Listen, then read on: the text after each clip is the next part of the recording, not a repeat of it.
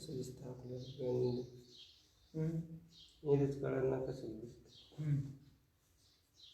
मी पण ओपन नाही केलं त्यांनी का पाठवलं मला.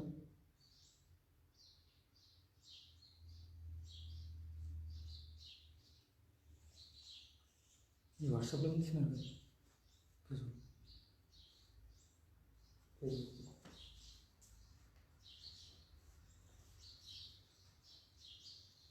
आता काय करू.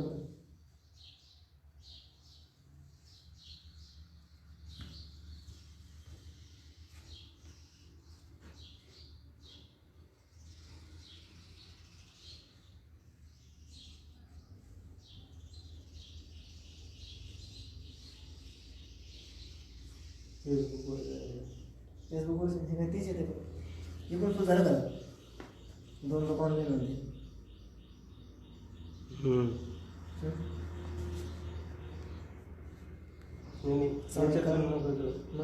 बाय डायरेक्ट फेसबुक मध्ये असं करायचं. व्हॉट्सअपमध्ये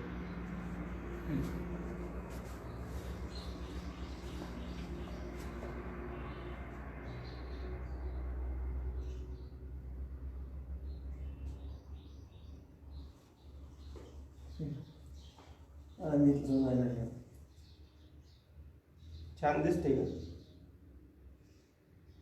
एकदा आवाजाचं पहा.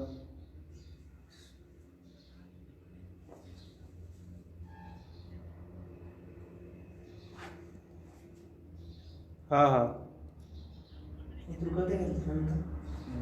घेता येईल ना. कसं असते लाईव्ह आहे असं एवढं थोडं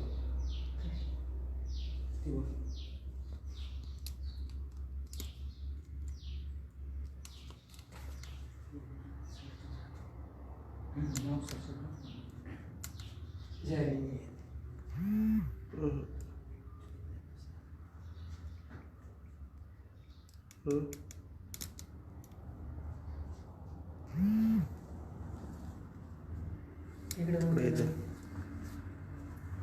लोक येतील त्याची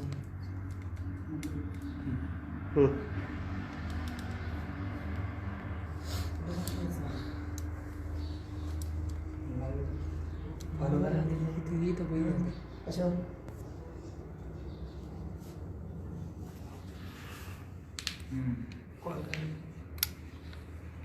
हे सगळं चालेल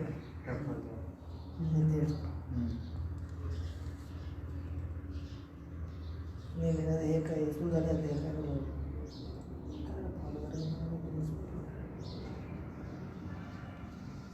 थोडंस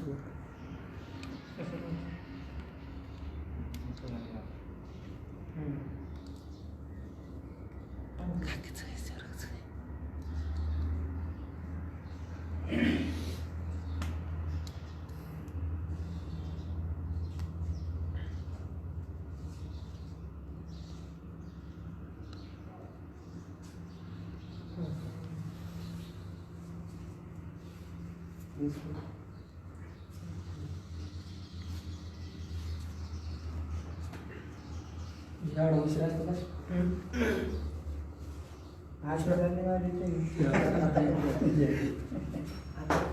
चालतो ना आतापर्यंत चालेल. नाही आता इथेच नाही करत आतापर्यंत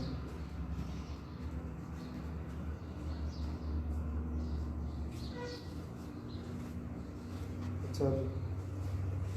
हॅलो हा बोला ना. हा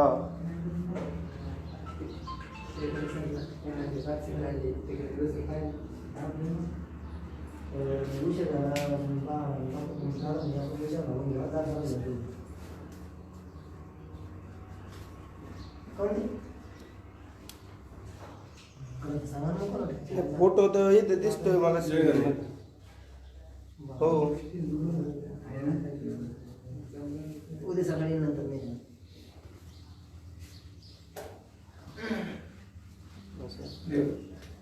हो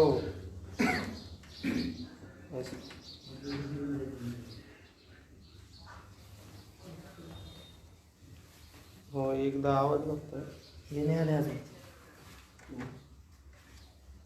दाखवूनच दिसायला पाहिजे मग तिथून निघणार थोडं वेळ असं ना अजून थोडं जवळ घ्या जरी भरपूर आपली जवळ घेतलं तर काही स्पष्ट कॅच करणार ती म्हणते छान दिसते फोटो राहू द्यायचं हे कसं करायचं नीट नाही नाही हे आणखी कटच झाले तरी हा पूर्ण घेतलं काय हे बघ रे फोटो हॅलो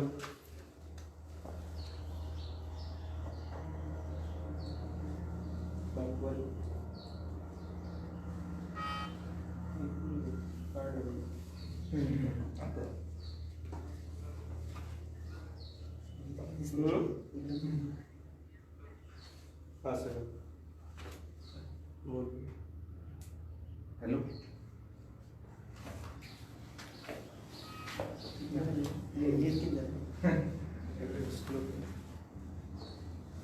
मारायचं ग्रंथ नाही आपला दुसरा ग्रंथ नाही आपला विचार छोटा तो नव्हता छोटा वर ठेवलेला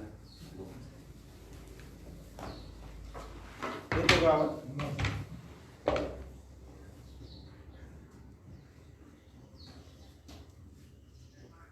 बर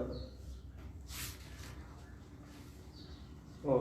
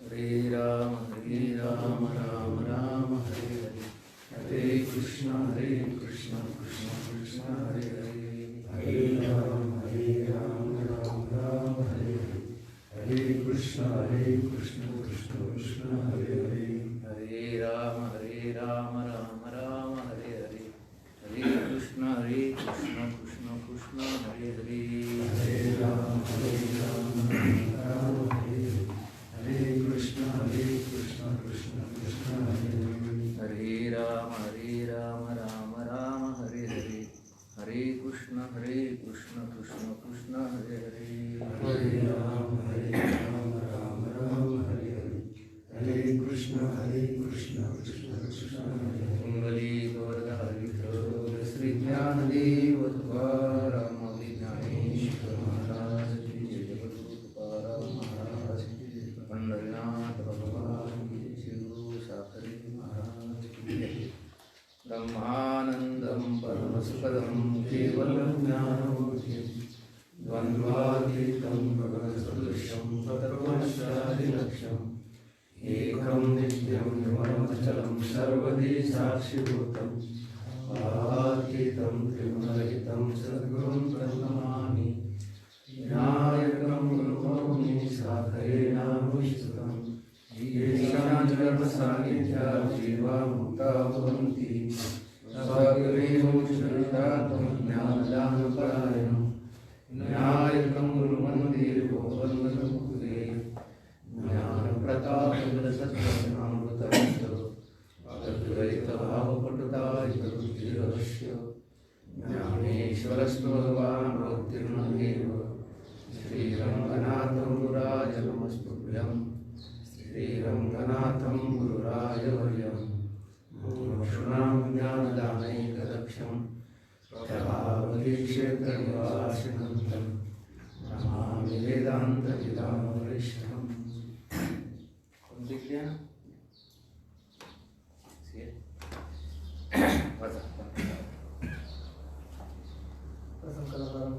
हाँ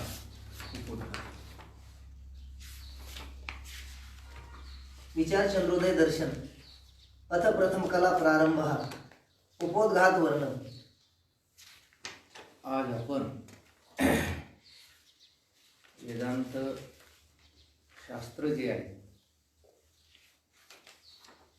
ब्रह्मसूत्र, दशोपनिषदे, श्रीमद भगवद्गीता, ही जी वेदांताची प्रस्थानत्रय आहे, किंबहुना जेवढे जेवढे वेदांताचे ग्रंथ आहेत, त्या ग्रंथामध्ये प्रवेश करण्यासाठी जी तयारी, जी योग्यता लागते, असे जे काही आपल्या वेदांत शास्त्रामध्ये आणि प्रामुख्याने मराठी भाषेमध्ये जे ग्रंथ आहेत,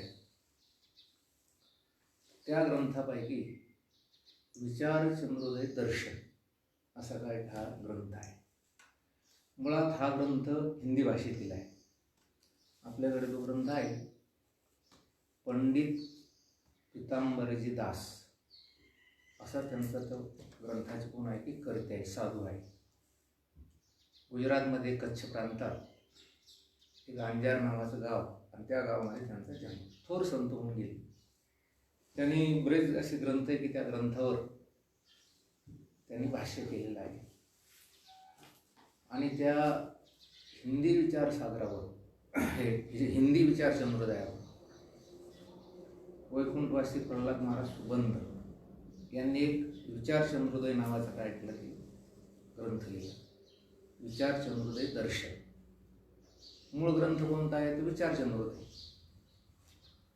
आणि या ग्रंथाचं नाव काय, आपण ज्याचं आता अध्ययन करणार आहोत याचं नाव काय की विचार चंद्रोदय दर्शन. आपलं खरं यावर्षी पाठाचं काही नित्यक्रम राहिला नाही. त्याचं कारण आहे कोरोना आहे. मध्यंतरी काही ज्ञानेश्वरीची पारायणे केली, त्याच्यानंतर मग आपला तर्कसंग्रह, पंचीकरण मला वाटतं एकच दिवस नाही म्हटलं तर आपला विचारसागर काय झाला की पूर्ण झाला. आणि आता आपल्याला खरं तर्कसंग्रह सुरू करायचा होता, परंतु आपल्या सर्वांच्या परिचयाचे असलेले श्री हरिभक्तीपरायण डॉक्टर प्रमोदजी महाराज कुमावत यांनी मला बऱ्याच 2-3 वेळेस अशी विनंती केली की बा आपण काही एक 7-8 दिवस त्यांचं एक चैतन्य साधना नावाचं काय की ट्रस्ट आहे, फेसबुक पेज आहे, त्या पेजवर काय करा तुम्ही प्रवचन करा किंवा काहीतरी करा. खरं मला मुळात हे काही जास्त आवडत नाही. त्याचं कारण आहे की पेजवर किंवा आपण कुठेतरी टी व्हीवर, स्क्रीनवर श्रवण करीत असताना अंतःकरणातल्या प्रत्यक्ष श्रवण करताना ज्या भावना असतात त्या वेगळ्या असतात, बाजूला कशा असतात वेगळ्या असतात. आता तसं नसेल म्हणा. या पेजवरली जी काही आमची आध्यात्मिक विकास मंडळी आहे, आता काही या ठिकाणी बसल्या बसल्या झोपल्या एखाद्या वेळेस बगर स्नान केले सुद्धा बघू शकतात. कारण ज्यांना उठायला वेळ झाला ना, अचानक उठले हे सुरू झालं तर पाहू शकतात.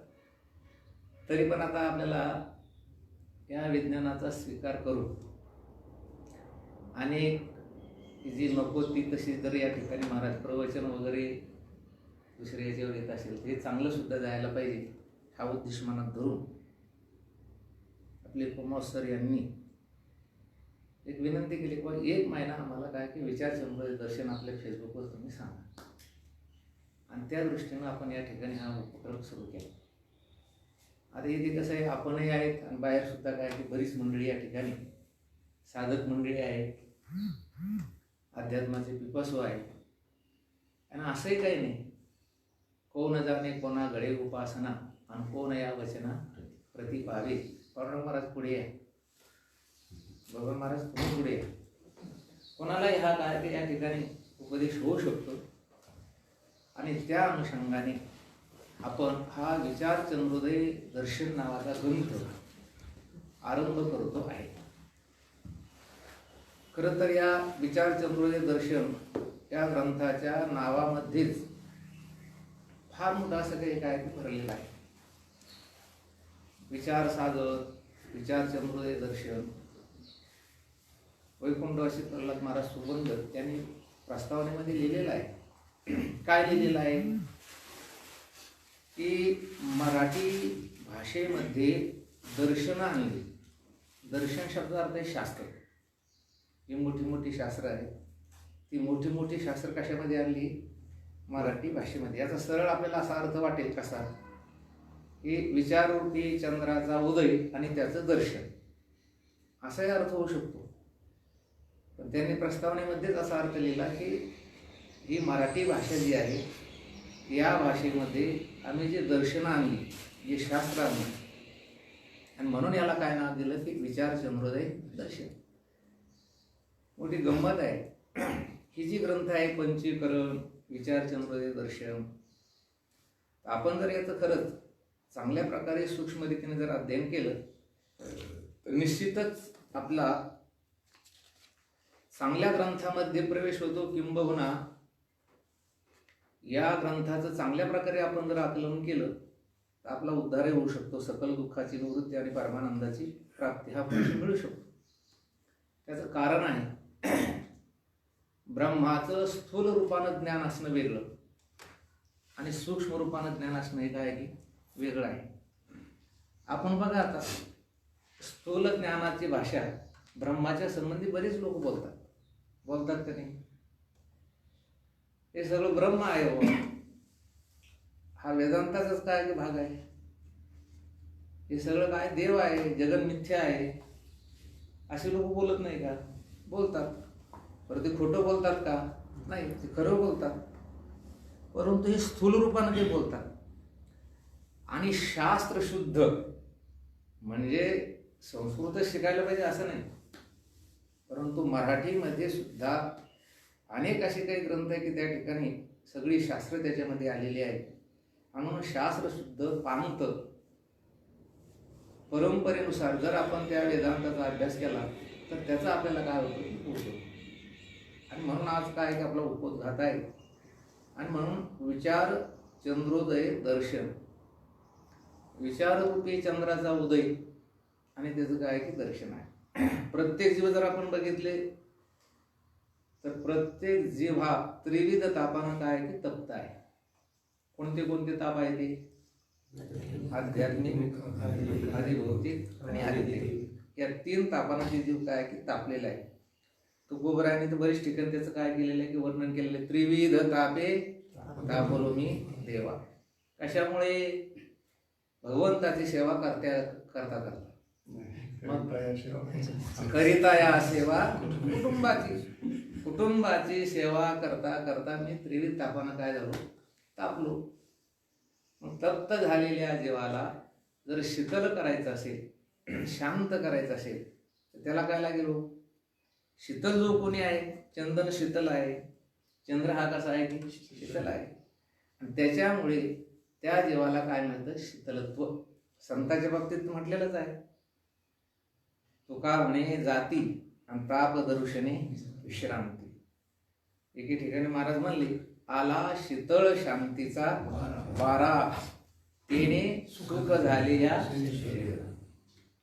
म्हणून चंद्र हा जसं शीतलत्व थंडपणा देतो, तसा अध्यात्म विचार हा जीवाला कायमचं काय करतो? महाराज शांती देतो. अध्यात्म विचार जो आहे, वेदांताचा विचार जो आहे, तो जीवाला काय करतो की शिथिलत्व देतो. आणि म्हणून विचाररूपी चंद्राचा उदय. आता चंद्र म्हटल्यानंतर त्याला कला असतात. पहिली कला, दुसरी कला, तिसरी कला. किती कलेयुक्त असतो चंद्र माहिती? 16 कला. किती कला असतात? 16 कला. आणि तो दररोज एका एका कलेनं असा वाढत जात असतो. अमावस्याच्या दुसऱ्या दिवशी चंद्रोदय झाला की 1 कला, 2 कला, 3 कला. तसे या ग्रंथामध्ये पंडित पितांबरजी दास यांनी काय नाव दिले त्याला? कला. या ग्रंथाचा जसं विचारसागरामध्ये काय सागर म्हटल्यामुळे तिथे काय लिहिलं? तरंग. आणि इथे काय लिहिलं त्यांनी? कला. कारण का बरं? इथं उपमा कशाची दिलेली आहे? चंद्राची. चंद्राची दिल्यामुळे काय लिहावं लागेल तिथे? कला. आणि म्हणून विचार चंद्रोदय दर्शन असा हा काय की ग्रंथ आहे. हा ग्रंथ दिसायला सोपा, साधा, परंतु खरं तर बोलायचं झाल्यास विचारसागरामध्ये ज्या काही प्रक्रिया नाही ते याच्यामध्ये. अत्यंत उत्कृष्ट दर्जाचा हा ग्रंथ आहे. आणि प्रश्न उत्तर अशा प्रकारचे त्या ठिकाणी चिंतन या ठिकाणी मांडलेलं आहे. आणि म्हणून आपल्याला आता या विचारसागर ग्रंथाचा, आपण विचारचंद्रोदय ग्रंथाचा, कारण विचारसागर जास्त आपल्या वाचनात असल्यामुळं आपल्यासमोर तेच येते, पण विचारचंद्रोदय दर्शन ग्रंथाचा आपण काय करतो, आरंभ. प्रथम काय त्याच्यामध्ये उपोद्घात, सुरुवातीलाच काय की उपोद्घात या पदाची व्याख्या लिहून घ्या. काउंटर महाराज दिलेली आहे खाली, परंतु दुसरी व्याख्या लिहून घ्या. वर्तमान कार्याचे कारण प्रतिपादन करणे याला उपोद्घात असं म्हणतात. वर्तमान कार्याचं कारण प्रतिपादन करणे याला काय म्हणतात, उपोद्घात.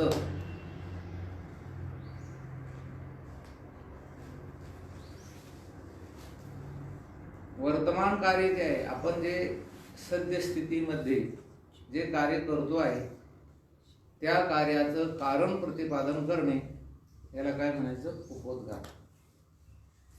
आता आपण हा विचारचंद्रोदय दर्शन नावाचा ग्रंथ शिकणार आहोत. हे कार्य आहे, त्याचं कारण काय आहे ते प्रतिपादन आपण इथे काय करून राहिलो, आता ऐकून राहिलो, श्रवण करून राहिलो. आणि म्हणून अगोदर काय की आपल्याला या ठिकाणी काय शिकायचं, उपोद्घात. आता उपोद्घात म्हटल्यानंतर त्या उपोद्घातामध्ये खाली काय दिलं बघा, वाचा. टिप प्रतिपादन. टिप प्रतिपादन करण्यायोग्य अर्थाला मनात ठेवून त्याचे अन्य अर्थाचे प्रतिपादन करणे त्याला उपोद्घात असे म्हणतात.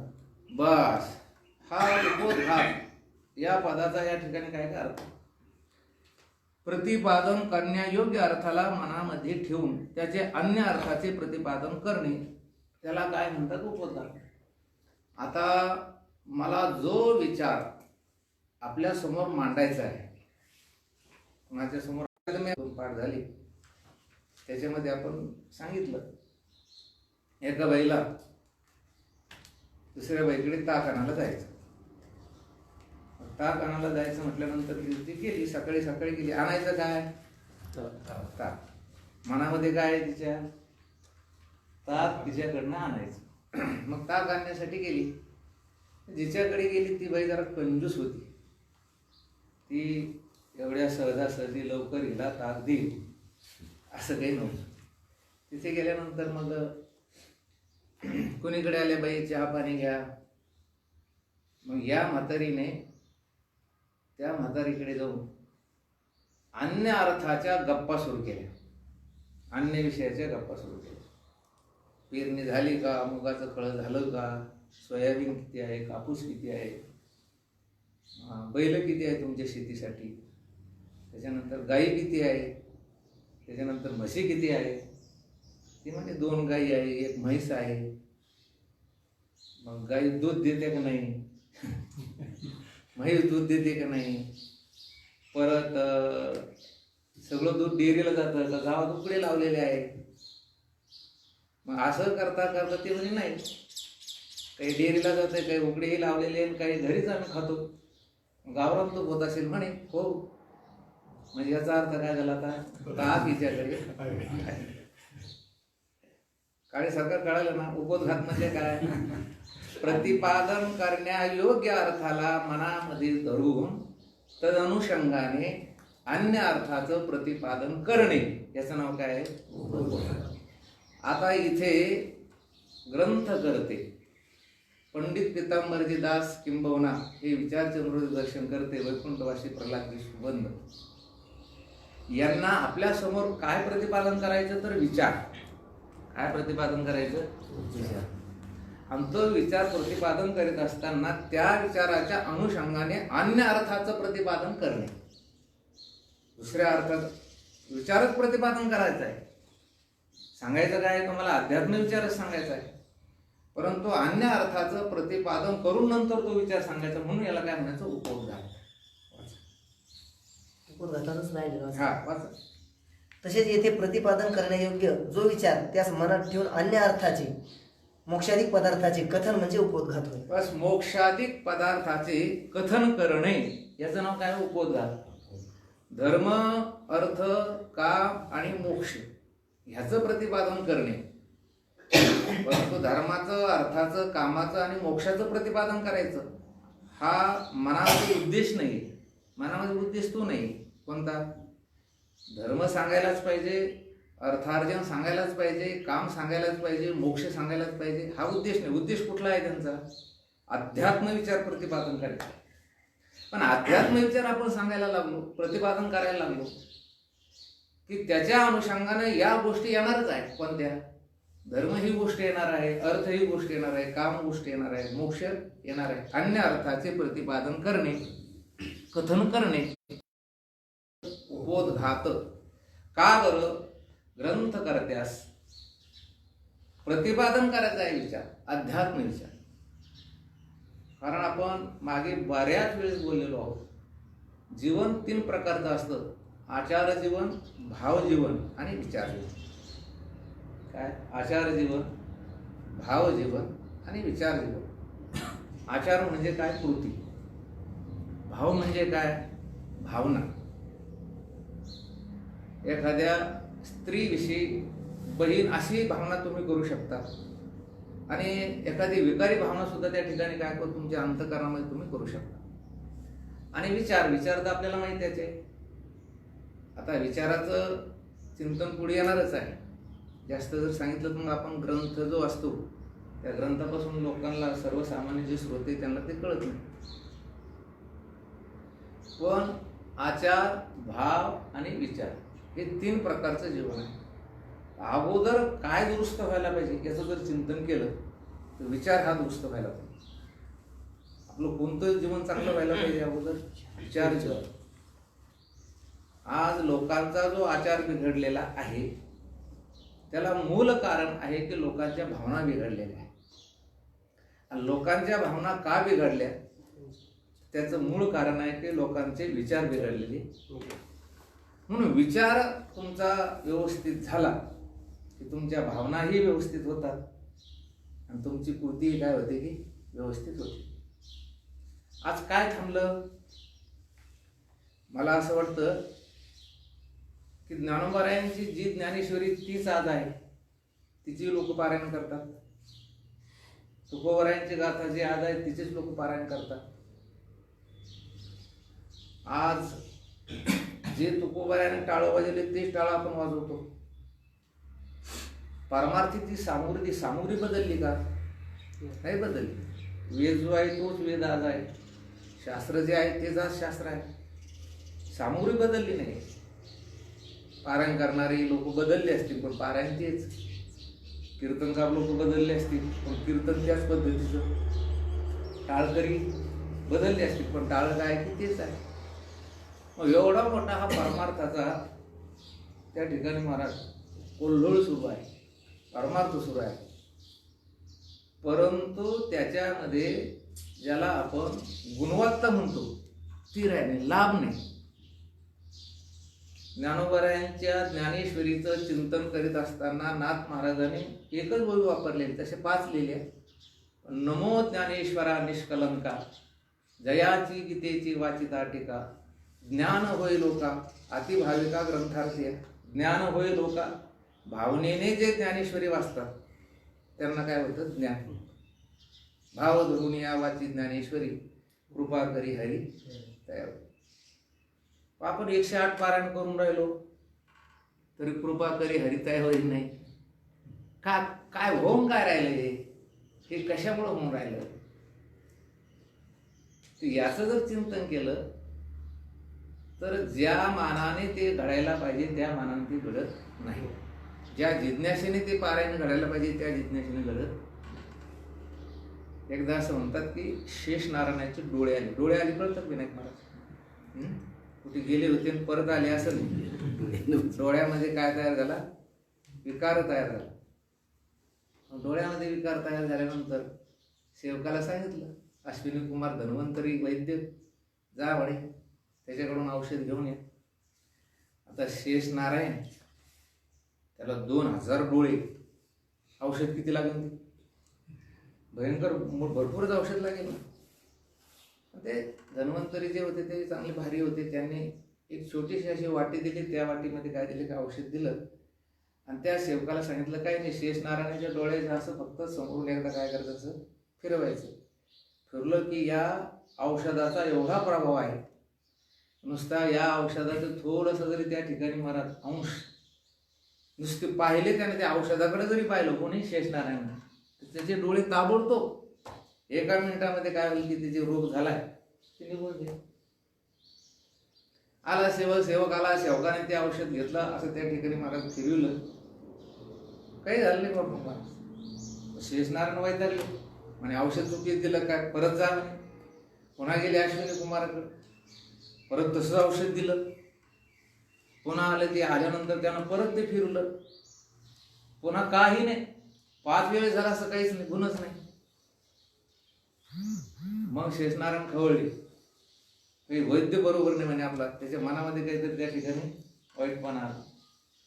वैद्य विचार करू लागलाय की आतापर्यंत आपल्या औषधांना गुण आला नाही असं कधीच नाही, शेषनारायणला कसं काय गुण येणार? वैद्य स्वतः आले आणि त्यांनी शेषनारायणाकडे बघितलं आणि मग त्याला कळालं की शेषनारायणाच्या डोळ्याला गुण येणार नाही. मग त्याने काय केलं, अगोदर शेषनारायणाचे डोळे बांधले, काय केले, आणि नंतर औषध घेतलं आणि असं फिरवलं आणि मग काय झालं, ताबडतोब त्या डोळ्याला काय आलं, गुण आला. काय झालं होतं, शेषनारायण अत्यंत विषारी त्यांचं शरीर असल्यामुळं त्यांच्या डोळ्यातून विषाचा काय व्हायचा की महाराज बाहेर त्या ठिकाणी प्रभाव पडायचा. आणि हे औषध जे आहे तर त्या औषधावर एवढा प्रभाव पडायचा की शेषनारायणाने औषधाकडे बघितलं की ते औषध निकामी व्हायचं. काय व्हायचं, मग औषध चुकीचं होतं का? नाही. औषधामध्ये काही दोष होता का? नाही. मग कशामुळे गुण येत नव्हता तो? शेषनारायणाच्या आतले जे विकार होते त्या विकारामुळे ते औषध जसं तसंच होतं, पण औषधाचा उपयोग होत नव्हता. तसं माणसाच्या अंतःकरणातले विकार हे ह्या पारमार्थिक साधनावर असा परिणाम करायला लागला की त्याच्यामुळे पाहिजे तेवढं गुण येत नाही. काय येत नाही पांडुरंग महाराज? नाही तर काय एकदा ज्ञानेश्वरी वाचली की मग जीवाचं काय व्हायला पाहिजे, उद्धार व्हायला पाहिजे, पण नाही होऊन राहिला. एकदा कीर्तन ऐकलं की आपलं काय व्हायला पाहिजे, उद्धार होऊन राहिला, पण होऊन नाही राहिला. म्हणून याच्याकरता आपल्या अंतःकरणातल्या ज्या भावना आहे, जी कृती आहे, हे सगळं काय व्हायला पाहिजे की बदलायला पाहिजे. आणि हे सर्व आपल्याला बदलून घ्यायचं असेल याच्यासाठी अगोदर काय बदलायला पाहिजे, आपण विचार. काय बदलायला पाहिजे, विचार. आणि म्हणून आपण पाठीमागे बऱ्याच वेळेस सांगितलं की विचार या पदामध्ये विष नावाचा धातू आलेला आहे. कुठला धातू आलेला आहे? विष नावाचा. आणि तो विष धातू हा पृथक्करण वाचक आहे, निरनिराळं करणं, वेगळं वेगळं करणं.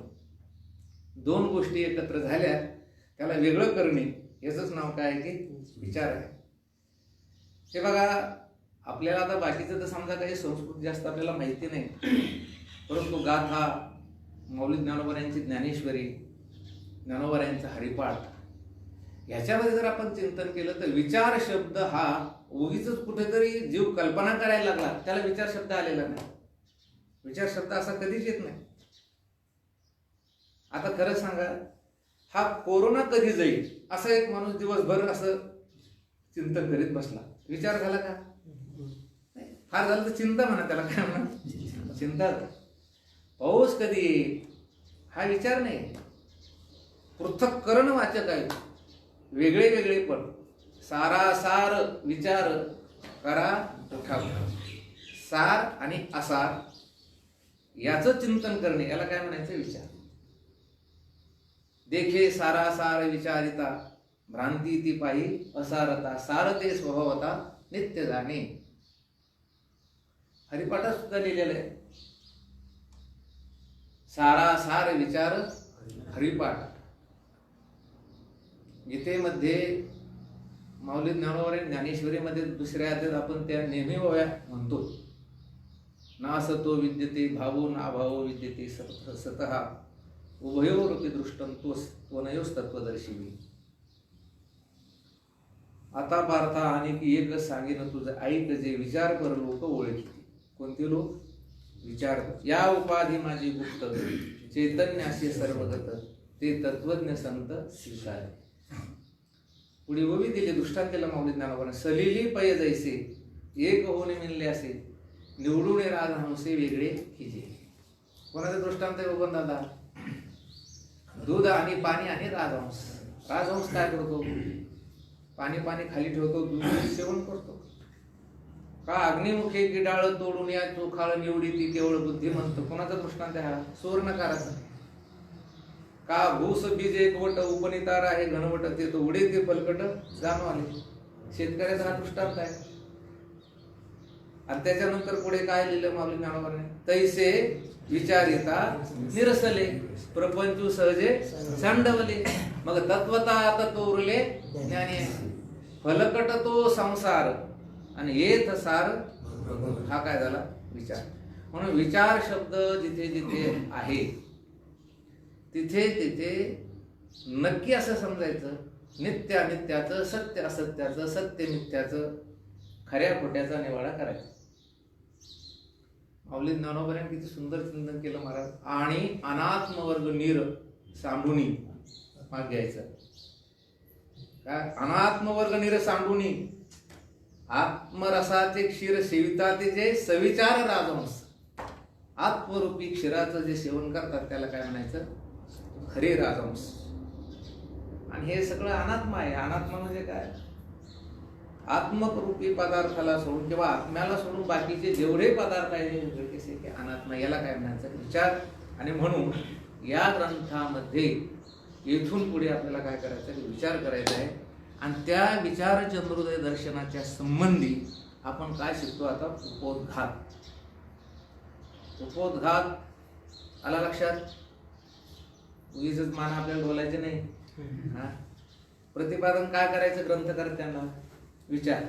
कोणता विचार? अध्यात्म विचार, वेदांत विचार. आणि मग अन्य अर्थाचं प्रतिपादन करून राहिले ते आता कोणत्या? धर्म, अर्थ, काम आणि मोक्ष. हे चार प्रकारचे काय की पुरुषार्थ आहे. आणि त्याचं काय करून राहिले? ते प्रतिपादन करून राहिले. वाचा. धर्म, अर्थ, काम, मोक्ष या चारींना पुरुषार्थ असे म्हणतात. यात प्रथम टीप क्रमांक 1 आहे तर ते 2 वाचायचं अगोदर, नंतर मग टीप वाचायचं. प्रश्न पहिला त्याच्यावर टीप असेल का नाही? उत्तरावर टीप आहे. हा, उत्तरावर टीप आहे. प्रश्न पहिला वाचा. हा, प्रश्न पहिला, पुरुषार्थ म्हणजे काय? बस. प्रश्न पहिला, प्रश्न उत्तर, प्रश्न उत्तर. ज्याच्यात प्रश्नच त्याचं नाव काय पाहणार मला? संसार. दुसरं काही नाही. सर प्रश्न उत्तर नाही काय नाही. ज्याच्यामध्ये उत्तर नाही, केवळ काय आहे? प्रश्न. त्याचं नाव संसार आहे. आणि ज्याच्यामध्ये काय की उत्तर सापडतं त्याचं नाव काय आहे? परमात्मा. आणि म्हणून विचार चंद्रोदयामध्ये पहिला प्रश्न आलेला आहे, पुरुषार्थ म्हणजे काय? त्या हिंदी विचार चंद्रोदयामध्ये दिलेलं पुरुषार्थ सो क्या आहे? पुरुषार्थ कशाला म्हणायचं? पुरुषार्थ शब्दाची व्याख्या आपल्याला सर्वांना ज्ञात आहे. कोणती? पराक्रम. काय पराक्रम नाही? संभाजी महाराजांनी त्या सिंहाच्या जबड्यामध्ये हात घालून त्याचे काय म्हणले म्हणतात? दाळ. हा काय झाला? पुरुषार्थ. तानाजीने महाराज धारातीर्थ पडले आणि गड जिंकला. हा काय झाला? असे अनेक पुरुषार्थ आपल्याला सापडतात. पराक्रम याचा अर्थ काय की पुरुषार्थ. खरा पुरुषार्थ कोणता आहे? खरा पराक्रम कोणता आहे? काळावर मात करणे हा खरा काय आहे की पुरुषार्थ, पराक्रम आहे. त्या अनुषंगानं आपण धर्म, अर्थ, काम आणि मोक्ष याचं जर चिंतन केलं तर काळावर काय मिळते ती माणसाला? मात. पण आता अगोदर त्यांनी धर्मालाही पुरुषार्थ म्हटलेला आहे, अर्थालाही पुरुषार्थ म्हटलेला आहे, कामालाही पुरुषार्थ म्हटलेला आहे आणि मोक्षाला सुद्धा काय म्हटलेलं आहे? पुरुषार्थ. वाचा. उत्तर देऊ. उत्तर, कोणाही मनुष्याच्या इच्छेचा जो विषय तो पुरुषार्थ. वाचा खालचे. आता टिप 2. धर्म, अर्थ, काम, मोक्ष या चारींना पुरुषार्थ असे म्हणतात. यात प्रथम 3 गौण आहेत. यांना सोडून येथे अंतीच्या शेवटच्या मुख्य पुरुषार्थाचेच ग्रहण स्वीकार करणे. हे बघा, धर्म, अर्थ, काम आणि मोक्ष हे किती पुरुषार्थ सांगितलेले आहे? 4. धारयती इति धर्म, हा जो सर्वांना धारण करतो त्याचं नाव काय आहे? धर्म. प्रत्येकाला जो एका याच्यामध्ये बांधतो, धारण करतो त्याचं नाव काय आहे? धर्म. हिंदू धर्म, मुस्लिम धर्म, बौद्ध धर्म हे धर्म आहे. पण एक असा आपण आता विचारशास्त्रामध्ये शेवटी शिकलो, एक धर्म असा असायला पाहिजे तो सर्वमान्य असायला पाहिजे. आणि म्हणून वैदिक धर्म हा कसा आहे की सर्वमान्य आहे. सर्वांना तो काय करतो की धारण करतो, त्याला काय म्हणायचं? धर्म म्हणायचं. म्हणून वेद कर्माचरण यालाच काय म्हणायचं? धर्माचरण. म्हणून धर्म हा सुद्धा काय आहे की एक पुरुषार्थ आहे. अर्थ म्हणजे काय? पैसा कमवणे, अर्थार्जन करणे हा सुद्धा काय आहे? पुरुषार्थ आहे. कामोपभोग हा सुद्धा काय आहे? पुरुषार्थ आहे. आणि मोक्ष, वैदिक संप्रदायामध्ये जो मोक्ष म्हणतो तो मोक्ष मिळविणे हा सुद्धा काय आहे की पुरुषार्थ. काय लिहिलं त्यांनी? ह्याच्यामध्ये 3 गौण आहे आणि एक कसा आहे की मुख्य आहे. मोक्ष हा पुरुषार्थ कसा आहे की मुख्य आहे. धर्म हाही गौण आहे, अर्थ हाही गौण आहे आणि काम हाही गौण आहे. याच्यामध्ये आपण थोडासा जर असा बदल केला तरी चालेल. उत्तम, मध्यम आणि कनिष्ठ. अर्थ आणि काम हे कोणते पुरुषार्थ आहे? कनिष्ठ आहे. धर्म हा कोणता आहे की मध्यम आहे. आणि मोक्ष हा पुरुषार्थ काय आहे की उत्तम आहे. म्हणून हे 4 पुरुषार्थ आहेत. खरं बघा, याच्यामध्ये काम आणि अर्थ या पुरुषार्थाच्या पाठीमागे लोक जास्त आहेत. धर्म आणि मोक्षाचे, काम आणि अर्थ. प्रत्येकाला असं वाटतं की फक्त मी श्रीमंत झालो पाहिजे, पैसा कमीने, हाच त्यांचा काय आहे की पुरुषार्थ.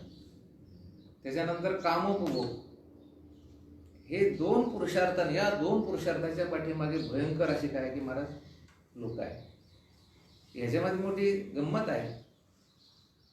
पहिला क्रमांक धर्माचा आहे, दुसरा क्रमांक अर्थाचा आहे, तिसरा क्रमांक कामाचा आहे, चौथा क्रमांक कोणाचा आहे? मोक्षाचा. ते 2 सुसाट पाळतात. काय? धर्म हा नाही, मोक्ष हा नाही, पण अर्थ आणि काम या 2 पुरुषार्थाच्या पाठीमागे जास्त लोक लागलेले आहेत. हे बघा, बरंच चिंतन करतील आपण. त्या आरोग्याच्या दृष्टीने जर चांगलं चिंतन केलं, प्रकृती असते मनुष्याची. विकृती जे घालतो तर आपण घालतो का त्या प्रकृतीची विकृती असते? कळालं का तुम्हाला काय मी बोललो? प्रकृती म्हणजे भगवंतानं आपल्याला जे शरीर दिलं ती काय झाली? प्रकृती. आणि त्याच्यामध्ये जे आपण विकृती निर्माण होती, ताप येणं, कोरोना, जे अनेक रोग उत्पन्न होते, ते भगवंताने दिले का आपण त्याच्यात घातलेली? आपण त्याच्यात घातले. प्रकृतीच असते अनुभूती. त्याच्यात काही विकृती शिरण्याचं काही कारण नाही. पण विकृती कोणी घातलेली आहे? ती आपण घातलेली आहे. आणि म्हणून परमार्थामध्ये काही गोष्टी त्या ठिकाणी अधोरेखित करायला पाहिजे. कुठल्या अधोरेखित करायला पाहिजे? एक लक्षात घ्या की परमार्थ करीत असताना जितक्या गोष्टी करायला पाहिजे त्याच्याही पेक्षा ज्या गोष्टी करायला नाही सांगितल्या त्या अधिक प्रमाणामध्ये करायला नाही पाहिजे. जसं आरोग्यामध्ये औषध सेवनापेक्षा पथ्याला जास्त महत्व आहे. औषध हा जो तुम्हाला गुण देतोय तर तो फक्त 20% आहे. किती टक्क्यामध्ये आहे ते? 20%. औषध हे गुण कधीही तुम्हाला फक्त 20% देणार आहे. पण पथ्य हे तुम्हाला त्या ठिकाणी तुमच्या आरोग्याला चांगलं करण्यासाठी किती टक्के लागतं? ते 80% तुम्ही त्या ठिकाणी वागायला पाहिजे. कळालं काय चाललं? अहो, तुम्ही दररोज औषध घेता पण जर पथ्य सांभाळीत नसेल तर गुण कसा येईल? औषधाचा उपयोग फक्त किती आहे की 20%. आता हा सध्या कोविड-19 जर ज्याने त्याने पथ्य पाळलं तर याचं का संक्रमण होईल का? नाही होणार. पण बरेच लोक औषधही घेऊन राहिले, पथ्य सांभाळत नाही. कुठलाही रोग असेल त्याच्यामध्ये काय आहे की औषधाचा उपयोग हा फक्त 20% आहे. पथ्य सांभाळायला पाहिजे ते किती टक्के? 80% त्याचा उपयोग आहे. तसं परमार्थामध्ये सुद्धा आहे. काय आहे? परमार्थामध्ये आपण जे करून राहिलो तर याचा उपयोग 20% आहे. तुम्ही 20% परमार्थ करा. किती टक्के? 20%. पण 80% किमान तुम्ही तुमचं काय सांभाळा? पथ्य सांभाळा. पण ते होत नाहीये. काय होऊन नाही राहिलं? ते होऊन नाही राहिलं. माणसं पथ्याने सांभाळून राहिले. अर्थ आणि काम हे बघा, वेद निषिद्ध अर्थार्जन आणि वेद निषिद्ध कामोपभोग या दोनचा जर तुम्ही अंगीकार केला आणि कितीही धर्माचरण केलं आणि मोक्षाचं कितीही चिंतन केलं, त्याला कुठल्याही प्रकारचा अर्थ नाही. बोलणारे किती झाले आज? हजारो लोक बोलणारे झाले. महाराज वेदांत बोलणारे झाले, भक्ती बोलणारे झाले, चिंतन करणारे झाले. पण आचरणाचा जर तिचा विचार केला तर आचरणात ते नाही. मग याचा अर्थ काय नाही की आपण पथ्य सांभाळून नाही राहिलो. आणि म्हणून दोन गोष्टी अत्यंत महत्वाच्या आहेत, अर्थार्जन आणि कामोपभोग. हे तुम्हाला जरी दिसत असले गौण आहे, पण या दोन पुरुषार्थावर या पुढच्या पुरुषार्थाचं भवितव्य काय आहे की अवलंबून आहे. सिग्नल तुटलं तुमचं, सिग्नल समजा तुटलं, सिग्नल तुटल्यानंतर काय होतं? तुम्हाला ताबडतोब काय त्या ठिकाणी दंडाची पावती येते. आता तर फार त्या ठिकाणी महाराज सुविधा झालेल्या आहे की कुठेही तुम्हाला त्या ठिकाणी गाडी आणून तुम्हाला अमुक अमुक ठिकाणी दंड झाला असं ते सांगू शकतात. कशामुळे झालंय बाबा दादा? सगळं सिग्नल तुटलं. माझं म्हणजे परमार्थामध्ये तुकाराम महाराजांनी जे सिग्नल दिलं ते सिग्नलच सांभाळा. ते सिग्नल सांभाळलं ना, सिग्नल तुटू देऊ नका. तुम्ही गाडी किती चांगली चालवता, लायसन्स तुमच्याकडे किती चांगल्या प्रकारचं आहे, याला फारसं मूल्य नाही. गाडी उत्कृष्ट दर्जाची चालतो, कोणतीही गाडी चालवतो, ड्रायव्हर एकदम एक्सपर्ट आहे, पण सिग्नल तुटत त्याच्याकडे. काय अर्थ आहे त्याला? तुकाराम महाराज सांगितलं, साधने जरी काहीच दोन्ही जो कोणी साधेल आणि परद्रव्य परनारी याचा धरी. काय सांगितले? सिग्नल. हे काय दिलेलं आहे? आणि हे सिग्नल जर तुम्ही सांभाळलं तुम्हाला दंड होणारच नाहीये. आणि जर सिग्नल तुटलं तर मग यम राजा बसलेलाच आहे तुम्हाला काय करण्यासाठी, तिथे दंड करण्यासाठी. म्हणून अर्थ आणि काम हे दोन गौण पुरुषार्थ आहे, ठीक आहे. परंतु धर्माच्या नियंत्रणाने, धर्म नियंत्रित जर अर्थार्जन केलं म्हणजे काय? धर्मशास्त्राने सांगितल्याप्रमाणे तुम्ही जर पैसा कमावला आणि धर्मशास्त्राने सांगितल्याप्रमाणे जर तुम्ही कामोपभोग घेतला तर खरं असं आहे, मोक्ष मिळवायची गरज नाही. मोक्ष तुमच्या दरवाजात येतोय. कुठे येतोय? धर्माप्रमाणे अर्थ कमवायचा, धर्माप्रमाणे कामोपभोग भोगायचा. मोक्ष शोधायला तुम्हाला इकडे तिकडे जाण्याची गरजच नाही. तुकोबाराज तो अभंगच बघून घेतो. साधने जरी काहीच दोन्ही जो कोणी साधेल परद्रव्य परनारी याचा धरी विटाळ. जर विटाळ धरला परद्रव्याचा परनारीचा तर महाराज म्हणतात, देव भाग्य घरा येती संपत्ती त्या सकळा. आणि तुका म्हणे ते शरीर घर भांडार देवाचे. मोक्षच देवच त्याच्या घरात येऊन राहतो, शरीरात येऊन राहतो. आणि म्हणून धर्म, अर्थ, काम आणि मोक्ष, आणि म्हणून त्याचा क्रम सुद्धा अत्यंत चांगल्या प्रकारे दिलेला आहे. पश्चिम महाराष्ट्रामध्ये जे खिलारी बैल आहे ते एका बाजून बांधलेले राहतात, दोन्ही बाजून बांधलेले राहतात. एका बाजून बांधले तिकडे जाऊन त्यालाच मारतील, इकडे नाही मारता येत त्याला. या उजव्या साईडनं जर तो बांधलेला असेल तर डावीकडे येऊन त्याला मारता येत नाही, पण उजवीकडल्या माणसाला तो मारू शकतो. डावीकडून बांधलेला असला तर डावीकडल्या माणसाला मारू शकतो. म्हणून ते दोन्हीकडून बांधलेले असतात. तसे अर्थ आणि काम हे भयंकर त्या ठिकाणी महाराज बलवत्तर आहे. आणि म्हणून एकीकडून धर्मानं बांधले, दुसरीकडून मोक्षानं बांधले. एका बाजूला काय केलं, त्याला धर्मानं त्या ठिकाणी बांधलं आणि पुढे काय केलं की मोक्षानं बांधलेलं आहे. आणि म्हणून ह्याच्यामध्ये परमपुरुषार्थ कोणता आहे? तो मोक्ष हा परमपुरुषार्थ आहे. पहिलाच आपला प्रश्न काय की पुरुषार्थ म्हणजे काय, आणि त्या पुरुषार्थामध्ये त्यांचे जर भाग पाडले तर धर्म, अर्थ, काम आणि मोक्ष, पण 3 गौण आहे. आणि एक असा आहे की परम पुरुषार्थ म्हणतात, श्रेष्ठ पुरुषार्थ. त्या पुरुषार्थ शब्दाचा अर्थ काय आहे बघू खाली उत्तर. कोणत्याही किंवा कोण्याही मनुष्याच्या इच्छेचा जो विषय तो पुरुषार्थ. आता मोक्ष म्हणजे काय, हा एक जटिल प्रश्न पारमार्थिक लोकांच्या समोर आहे. आता यांनी पुरुषार्थाची सरळ व्याख्या केली. पुरुषार्थ किती आहे? 4. कोणते कोणते? धर्म, अर्थ, काम आणि मोक्ष. त्याच्यामध्ये 3 गौण आणि एक कसा आहे की मुख्य आहे. म्हणजे मोक्ष हा काय झाला तर पुरुषार्थ. आणि त्या मोक्षाला किंवा त्या मोक्षास काय म्हटले इथे आता?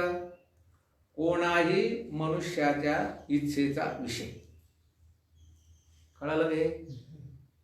कळालं का? कोण्याही मनुष्याच्या इच्छेचा विषय. कोण्याही याचा अर्थ काय आहे? कोणत्याही. तो गरीब असो, श्रीमंत असो, तो ब्राह्मण, क्षत्रिय, वैश्य, शूद्र, शिकलेला, न शिकलेला, कोणताही मनुष्य असो. खरं ते असे लिहिलं असतं तरी चाललं असतं. कोणत्याही जीवाच्या इच्छेचा जो विषय. काय? कोणत्याही जीवाच्या इच्छेचा विषय. परंतु जीव म्हटल्यानंतर कुत्रे, डुकरं, मांजरं हे सगळे जीव आहेत. त्या जीवाला हे सकल दुःखाची निवृत्ती, परमानंद प्राप्तीची काय आहे की इच्छा आहे. परंतु त्यांना त्याच्यामध्ये काय नाही की ज्ञान प्राप्त होत नाही. आणि म्हणून इथे काय लिहिलं त्यांनी? कोणाही मनुष्याच्या इच्छेचा जो विषय असेल त्याला काय म्हणायचं? पुरुषार्थ. किती सोपं आहे बरं. याच्यामध्ये काही मोक्ष काही जास्त डोक्यावर लोड घ्यायचं काम नाही शकत नाही. कोण्याही मनुष्याच्या इच्छेचा विषय. मला एखादा मनुष्य असा दाखवा की त्याच्या अंतःकरणामध्ये काय नाही? इच्छा आहे. वास्तविक पाहता बऱ्याच गोष्टी बऱ्याच लोकांकडे आहे, बऱ्याच लोकांकडे नाही. रंगनाथ गुरुजी परभणीकर नेहमी सांगायचे की एक गोष्ट सर्वाकडे नाही, सर्व गोष्टी एकाकडे नाही, सर्व गोष्टी सर्वाकडे नाही. एक गोष्ट सगळ्याकडे नाही, सगळ्या गोष्टी एकाकडे नाही, सगळ्या गोष्टी सगळ्याकडे नाही. एक गोष्ट सगळ्याकडे आहे का? नाही. माझ्याकडे जी गोष्ट असेल ती तुमच्याकडे नाही, तुमच्याकडे जी असेल ती माझ्याकडे नाही. सगळ्या गोष्टी एकाकडे नाही, सगळ्या गोष्टी एकाकडे आहेत नाही. फक्त ईश्वर असा आहे, सगळ्या गोष्टी त्याच्याकडे आहे. सगळ्या गोष्टी सगळ्याकडे आहे का? सगळ्या गोष्टी सगळ्याकडे नाही. याचा अर्थ एक गोष्ट सर्वाकडे नाही, सर्व गोष्टी एकाकडे नाही, आणि सर्व गोष्टी सर्वाकडे नाही. पण इच्छा नाही असा मनुष्य नाही. काही नाही, इच्छा नाही असा मनुष्य नाही. खरं तर जीव म्हटलं, माणूस म्हटलं, त्याच्याकडे काय असते? इच्छाही असते. इच्छा नाही असा एखादा जीव दाखव. अरे कुत्रे, डुकर, मांजरे यांना सुद्धा काय आहे? इच्छा आहे का नाही? कुत्र्याच्या समोर जर तुम्ही एकीकडे शिळी भाकरी टाकली, एकीकडे नरम गरम अशी पुरणपोळी टाकली, काय खायला होतं? येणार मला शिळी तुकडे खाईल का? नाही. का बरं? त्यालाही चांगलं खाण्याची काय असते? इच्छा नाही असा जवळजवळ काय नाही की जीव असते. व्याख्या बदला पांडुरंग महाराज.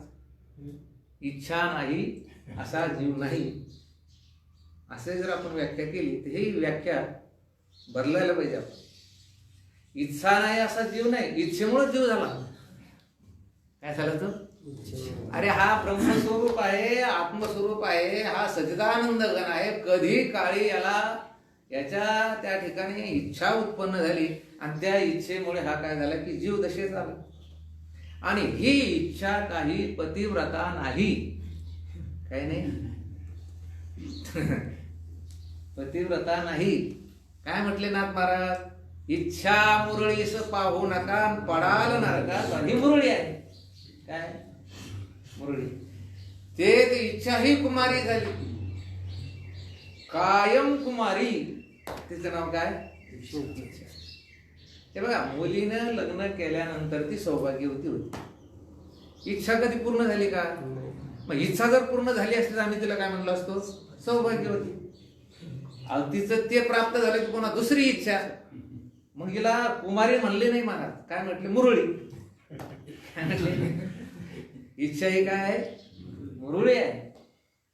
आणि म्हणून कोणाही मनुष्याच्या इच्छेचा विषय आणि त्या इच्छा शास्त्रामध्ये 2 प्रकारच्या प्रतिपादन केलेले, एक सामान्य इच्छा आणि दुसरी कोणती? विशेष.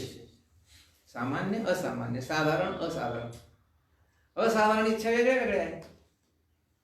आता तुम्हाला खाण्याच्या संबंधी इच्छा म्हटल्यानंतर वेगळी वेगळी काही आहे? वेगळी वेगळी एक नाही आहे.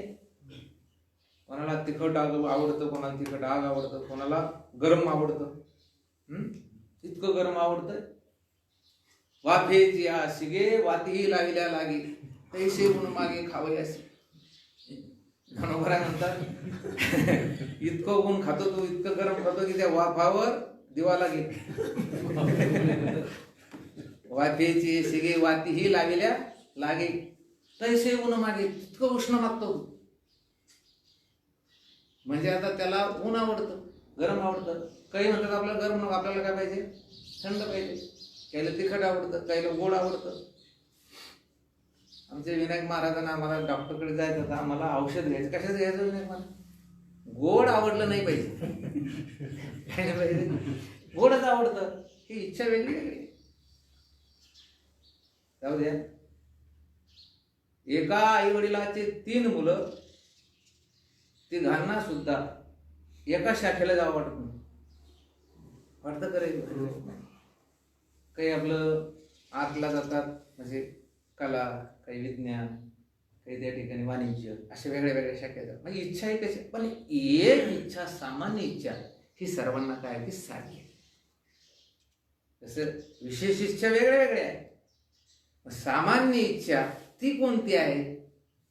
सकल दुःखाची निवृत्ती आणि परमानंदाची प्राप्ती. ही कोणती इच्छा आहे? सामान्य इच्छा. ती कोण्या मनुष्याला नाही मला हे सांगा. कोणत्याही मनुष्याला ती इच्छा आहे. म्हणून पुरुषार्थ शब्दाचा अर्थ काय पांडुरंग महाराज? कोणाही मनुष्याच्या इच्छेचा विषय. विषय एकच आहे. माणसं वेगळे वेगळे, इच्छा वेगळ्या वेगळ्या, आणि विषय काय आहे? एकच. कोणता? सकल दुःखाची निवृत्ती, परमानंदाची प्राप्ती. तुमचा विषय शेती, यांचा विषय नोकरी, काहीचा विषय उद्योग, प्रत्येकाचे विषय वेगळे वेगळे वेगळे. काहीचा विषय चोरी, काहीचा विषय व्यापार, काहीचा विषय शेती, पण हे इच्छा. पण शेवटी त्या विषयाच्या, त्या इच्छेचा जो शेवटचा विषय आहे तो कोणता आहे? म्हणजे हे जरी विषय जरी म्हटलं तरी चालेल. यांच्या इच्छा आणि यांचे विषय काय की भिन्न भिन्न आहे. पण या विषयाचा शेवट कुठे व्हायला पाहिजे? तर सकल दुःखाची निवृत्ती, परमानंदाची प्राप्ती. म्हणजे याचा अर्थ असा आहे, प्रत्येक मानवाच्या इच्छा भिन्न भिन्न आहे, पण इच्छेचा जो विषय आहे तो मात्र कसा आहे? एक आहे. मग इच्छेचा विषय एक व्हायला पाहिजे. काय व्हायला पाहिजे? गोकुळामध्ये सर्व गवळणीच्या इच्छेचा विषय काय झाला होता? देव. त्याला वेगळ्या अर्थाने बोलले महाराज, एक विषय तो सकळांचा हरी. म्हणजे त्यांचा विषय काय झाला होता? आता देव. आणि आपल्या इच्छा वेगळ्या वेगळ्या, आणि आपला विषय सुद्धा काय एकच आहे. पण अज्ञानामुळे आपल्याला ते समजत नाही. स्थूलदृष्टीने आपण बोलतो, याचा कीर्तन हा विषय आहे, याचा भजन हा विषय आहे, याचा शेती हा विषय, आपण हे स्थूलदृष्टीने बोलतो. परंतु याच्यापेक्षा त्याच्या अंतःकरणातल्या त्या काय आहे की इच्छा आहे, आणि त्या इच्छेचा विषय जर कोणता असेल तर तो एकच आहे, सकल दुःखाची निवृत्ती आणि परमानंदाची प्राप्ती. आता पुरुषार्थ काय कशाला म्हणायचा? आता कोण्याही मनुष्याच्या इच्छेचा जो विषय, त्याला काय म्हणायचं? प्रश्न दुसरा, सर्व मनुष्यांना कशाची इच्छा आहे? बर, लागलीच विचारलं त्याने. काही अवघड आहे? अवघड नाही. कोण्याही मनुष्याचा इच्छेचा विषय, त्याचं नाव काय? पुरुषार्थ. सर्व मनुष्याला कशाची इच्छा आहे? कशाची इच्छा आहे? आता या इच्छा आपण वेगळ्या वेगळ्या मांडल्या, पण ह्या विशेष इच्छा आहे. सासू, सून, मुलगी, पती, पत्नी यांच्या प्रत्येकाची इच्छा कशी आहे की विशेष आहे. पण सामान्य इच्छा ही मात्र सर्वांची कशी आहे? एक आहे. उत्तर, सर्व मनुष्यांना सर्व दुःखाच्या निवृत्तीची व परमानंदाच्या प्राप्तीची इच्छा असते. बस त्याचं उत्तर आहे, सर्व मनुष्यांना सर्व दुःखाच्या निवृत्तीची व परमानंदाच्या प्राप्तीची इच्छा असते. श्रेष्ठ आनंद आणि सर्व दुःखाची निवृत्ती. आपल्या दुसऱ्या भाषेत जर बोलायचं झालं तर कारणसह वर्तमान दुःखाची निवृत्ती आणि परमानंदाची प्राप्ती ही प्रत्येक जीवाच्या इच्छेचा काय आहे, विषय आहे. सर्व दुःखाचे. तुम्हाला कुठलं दुःख असं वाटतं? कोणतंच नसं वाटतं, अगदी कोणतंच नाही, नकोच वाटतं. माणसाचा एक स्वभाव आहे फक्त काय, त्याला वर्तमान जे दुःख झालं ना तर तेवढ्यापुरतं तो म्हणतो काय, हे दुसरं पाहिजे होतं, हे नको होतं. एखाद्या वेळेस पोट दुखायला लागलं, तो काय म्हणतो, ताप आला असतं चाललं असतं पण पोट नाही दुखायला पाहिजे, कारण यांना खाणं बंद झालं. तर तसं नाही. आध्यात्मिक, आधी भौतिक आणि आधी दैविक विश्वातील जेवढी जेवढी दुःख असतील त्या सर्व दुःखाचा अंतर्भाव किती दुःखामध्ये आहे? 3 दुःखामध्ये आहे. आध्यात्मिक दुःख, आधी भौतिक दुःख आणि ते लक्षात घ्या. सर्व दुःखाच्या निवृत्तीचा याचा अर्थ तिथं लिहूनच टाका. त्रिविध दुःख आहे. सगळी दुःख जगामध्ये किती दुःखात सामावलेली आहे? आध्यात्मिक, आधी भौतिक आणि आधी. मग सर्व दुःखाच्या निवृत्तीची व परमानंदाच्या प्राप्तीची काय आहे की त्याला इच्छा असते. याला काय म्हणायचं बरं आता? सर्व दुःखाच्या निवृत्तीची व परमानंदाच्या प्राप्तीची इच्छा, यालाच काय म्हटलेलं आहे आता? त्या इच्छेची जर त्या ठिकाणी पूर्णता झाली त्याला काय म्हणायचं? मोक्ष. आपला विषय कशा? पुरुषार्थ म्हणजे काय? सर्व मनुष्याच्या इच्छेचा जो विषय त्याला काय म्हणायचं? पुरुषार्थ. सर्व मनुष्यास कशाची इच्छा आहे? सर्व दुःखाच्या निवृत्तीची आणि परमानंदाच्या प्राप्तीची.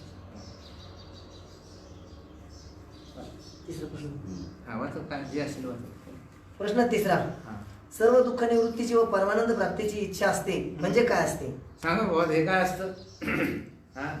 उघडं आहे. सर्व दुःखाच्या निवृत्तीची इच्छा आणि परमानंद प्राप्तीची इच्छा म्हणजे काय? सांगा तर तुम्ही, काय नेमकं आहे? सर्व दुःखाची निवृत्ती, परमानंदाची प्राप्ती, आम्हाला इच्छा आहे पण ती नेमकी आहे का हे सांगा. उत्तर, सर्व दुःखाची निवृत्ती व परमानंदाची प्राप्ती हे मोक्षाचे स्वरूप आहे. हे बघा, मोक्षाचं स्वरूप, सर्व दुःखाची निवृत्ती आणि परमानंदाची प्राप्ती ही मोक्षाचं काय आहे? स्वरूप आहे. याच्यावर विस्तृत अशी टीप आहे. वाचा टीप खाली. अज्ञानासहित जन्ममरणाधिक दुःख. हे बघा, सर्व दुःखाची निवृत्ती म्हणजे काय? काहीच नाही. वर्गावर काही ताण देऊ नका. अज्ञानासहित जन्म मरणाधिक दुःख म्हणजे काय समजायचं? सर्व दुःखाची निवृत्ती. जन्म मरणाचं दुःख हे सर्वात मोठं दुःख.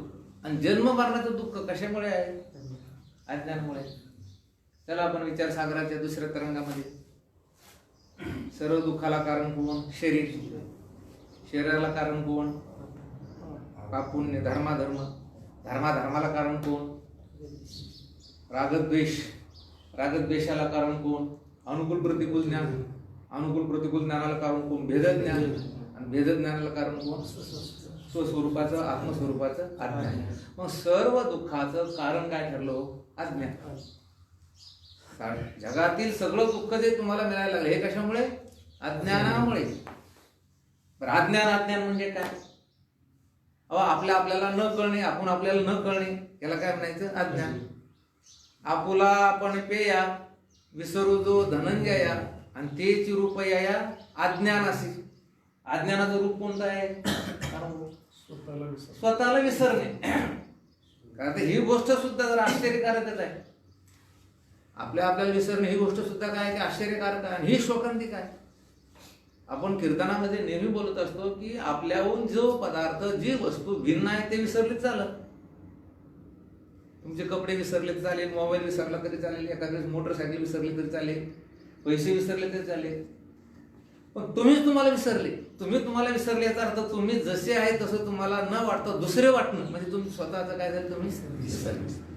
म्हणून ज्ञान हे सर्व दुःखाला काय आहे कारण आहे.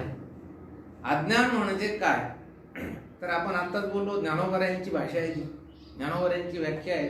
आपुला आपण पेया विसरू जो धनंजया आणि तेच रूप या अज्ञान. शास्त्रकाराने एक व्याख्या केलेली त्याचे संबंध.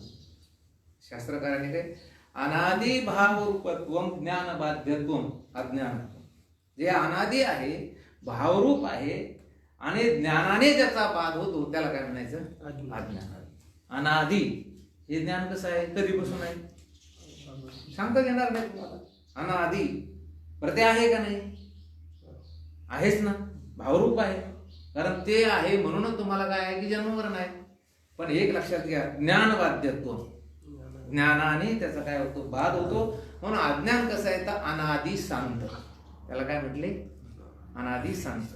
म्हणून विषय हा चाललेला आहे की अज्ञानासहित जन्म मरणाधिक दुःख याला काय म्हणायचं सर्व दुःखाची. अज्ञान गेलं रे गेलं की सर्व दुःखाचे काय होणार आहे की निवृत्ती होणार आहे. आणि अज्ञान नाही गेलं सर्व दुःखाची निवृत्ती होणार. हा अज्ञानाचा कार्यक्रम फार वेगळा आहे. अज्ञान गेलं रे गेलं त्याला कुठल्याही प्रकारचं दुःख राहणार नाही.